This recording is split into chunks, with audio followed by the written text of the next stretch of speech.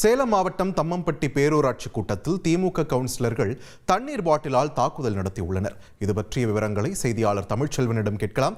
தமிழ்ச்செல்வன், வணக்கம். எதனால இந்த மோதல் ஏற்பட்டிருக்கிறது? தற்போது அங்குள்ள சூழல் என்ன? விரிவான தகவல்கள். சேலம் மாவட்டம் ஆத்தூர் அருகே உள்ள தம்மம்பட்டி பகுதியில் பேரூராட்சி நகரமன்ற உறுப்பினர்கள் கூட்டம் நடைபெற்றது. நகரமன்ற தலைவி சவிதா மற்றும் செயல் அலுவலர்கள் சசிகலா ஆகியோர் தலைமையில் இந்த கூட்டம் நடைபெற்றது. கூட்டம் நடைபெற்று கொண்டிருக்கும் பொழுது பேரூராட்சி தலைவர் ஒரு சில வார்டுகளுக்கு மட்டுமே கூடுதல் நிதி ஒதுக்கியுள்ளதாக கூறி அதே பகுதியைச் சேர்ந்த திமுக கவுன்சிலர் செந்தில்குமார், அதே போன்று திமுக நகரமன்ற துணை செயலாளர் கலிவரதன் ஆகியோர் உறுப்பினர்கள் இருவரும் ஒருவருக்கு ஒருவர் தங்கள் மீது தண்ணீர் பாட்டிலை எடுத்து அடித்துக் கொண்டு தாக்கிக் கொண்டனர். குறிப்பாக உறுப்பினர்கள் இருவரும் தங்கள் வார்டுகளுக்கு நிதி ஒதுக்கவில்லை என்று கூறி குற்றம் சாட்டி கொண்டு தண்ணீர் பாட்டிலால் அடித்துக் கொண்ட சம்பவம் பரபரப்பை ஏற்படுத்தியது.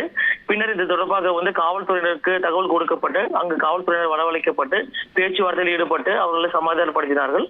இது தொடர்பான வீடியோ தற்பொழுது சமூக வலைதளங்களில் வைரலாக பரவி வருகிறது.